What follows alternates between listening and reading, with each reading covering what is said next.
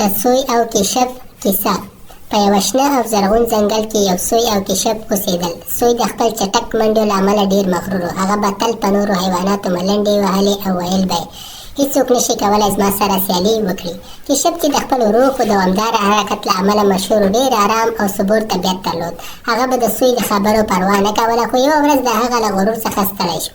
یوه ورځ سوی وویل: ای کشپه، ته دومره ورو یې چې ښایي هېڅکله هم د پای کرښې ته ونه رسې. راځه له ما سره سیالي وکړه، زه به در وښیم چې سرعت څه شی دی.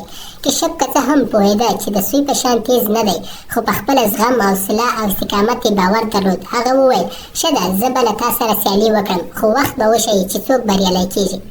د ځنګل ټول حیوانات د سیالۍ لیدو لپاره راټول شول. یوه اوږده لار وټاکل شول چې له یوې غونډۍ څخه پیل کېده او په بله غونډۍ پای ته رسېده. قانون دا و چې څوک د کرښې پای ته ورسېږي هغه به ګټونکی وي.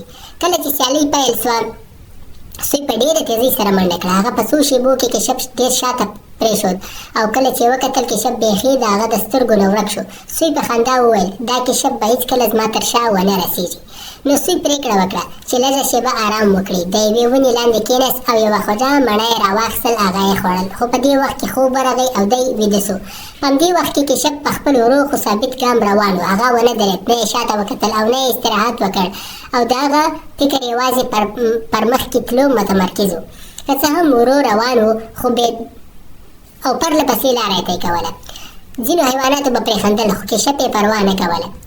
کله چې سوی له خوبه راویښ شو، لمر لوېدلی و. هغه په ویره وکتل او ویرېدل چې کشپ خو د کرښې پای ته رسېدلی دی، خو په دې وخت کې ډېر ناوخته سوی و، ځکه کشپ په ارامۍ سره د کرښې پای ته ورسېد.